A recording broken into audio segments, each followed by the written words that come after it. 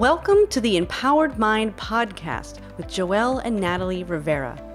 We are on a never-ending quest to master the power of our mind, develop a growth mindset, and explore the leading edge of positive psychology and human potential so we can take radical personal responsibility for creating our destinies and reaching our potential. So, are you getting enough physical contact?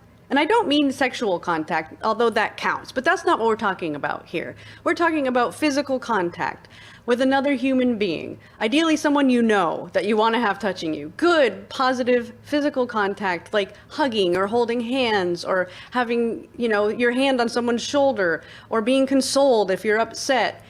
Any form of physical contact is good for you.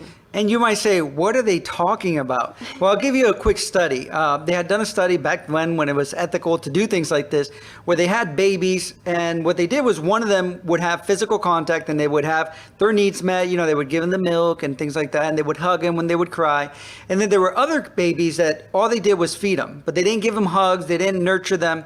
And what they found was that the babies that weren't nurtured actually developed neurological issues, physical issues, and some of them actually even passed away, because what we don't realize is that we need physical contact. We're social beings, and when we connect to other people, we need that because it actually creates chemicals, endorphins and dopamine in our system that helps with pain. It helps with not only physical pain, it helps with emotional pain. We need those hugs. And so that's why it's a lie when they say that you can spoil a baby. Because you can never spoil a baby, because when they're crying, a lot of times it's because they're uncomfortable. Think about how quickly they're growing. So if you pick them up and you hold them, that physical touch actually releases the chemicals in their body that help take away that pain. And so they're crying for a reason, even if you can't figure out exactly what's wrong. Sometimes they just need to be touched. And what's interesting is that you might say, well, I'm not a baby. How does this apply to me? I'm an adult, right? But it still impacts us in the same way. When we hug someone, that physical contact, when I'm holding hands with my wife, for example, as well, we're producing chemicals that help. Actually, if you have a high level of anxiety or stress, your body and your mind naturally wants physical contact. It actually helps relieve that. It helps release those chemicals that are creating that negativity within you. So at the same time, I always ask, are you getting enough hugs? Because you've probably heard, or you're getting your 10 hugs a day or 15 hugs a day or whatever it is. And most people act like they don't want it, but at their core, they really do want it. Or even if they don't think they want it, they need it. Because we need that contact. And so if you feel like you're not around enough people to get in your hugs, then the next time you pass some crazy person holding up a free hug sign, you might want to take advantage of the fact that they're offering that, because the truth is that it's going to make you feel better, and not just in the moment because it's fun and it's kind of funny, but because it's going to put your body in a different state, and it's going to help your physical and your psychological well-being. So it's not just about being a hippie and wanting just random hugs, or even when I tell people I'm a hugger. So when I go places, for example, I was working with a company once, and I would go in, I was one of the leads, so I was one of the managers, and I would go into all the staff's office and I would say good morning and give them a hug. And one day, at first, they would look at me like I was crazy, but one day I didn't do it, and they all started coming to my office asking, are you okay, Joelle? You didn't give us a hug today. Because even though they initially acted like I was a weirdo, they wanted it. That was probably the only hug that they would get during the whole day for some of them.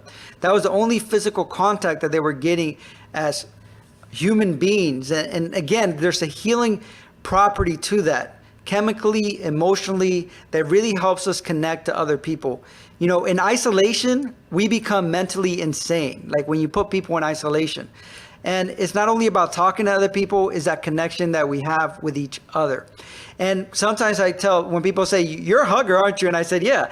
And they say, well, I love hugs. Give me a hug. And you can say that I'm doing it for other people, but you can also think of it, I'm being selfish because I'm doing it because I know the well-being that I get from giving that hug. And it's really funny because we go to a lot of events where we're around other business people, and a lot of people reach out to shake our hand, and we just go in and grab them and give them a hug. And it is funny because some people are like really into it because they're also the same way, and then other people aren't. So of course you do have to be careful not to push yourself on anyone trying to be hugging and friendly when they're really uncomfortable about it. But most people are pretty easygoing. I mean, for me, like, I didn't grow up in a super touchy-feely family. And so I didn't used to like to touch people. I wasn't much of a hugger. But over like the last 10 years, especially working around so many heart-centered business people, they were constantly hugging me. And I really started to realize that I liked it. And so now I'm a hugger, and my tendency is to automatically give someone a hug when I see them versus just shake their hand. So if you're someone who's not already comfortable with having more physical touch, especially with strangers, just recognize that it's okay to feel a little uncomfortable and just to give it a try, and that you might find that you really like it, especially now that you know how good it is for you. Yeah. Like Natalie said, it's all about respecting other people's boundaries as well. But at the end of the day, it's just remembering that when you hug someone and when you get enough hugs, it's almost like giving yourself a little boost. So it's almost like drinking like a little vitamin boost that you give yourself. And you're not only giving yourself a boost, but you're also giving other people a boost. So ask yourself, will you get enough hugs today? Thank you, fellow Freedom Junkies, for listening. If you haven't already, be sure to subscribe. And if you want to help us grow, please rate and share this podcast. You can also become a member of Freedom Nation. Visit freedomorbustpodcast.com and sign up to receive access to exclusive content and take the 21-day happiness challenge. As you know, we believe that entrepreneurship is the ultimate form of empowerment, which is why we created the Side Hustle Business Startup course for anyone looking to create their own income and take back their power. We offer an exclusive discount for our podcast listeners. Find out more at freedomorbustpodcast.com.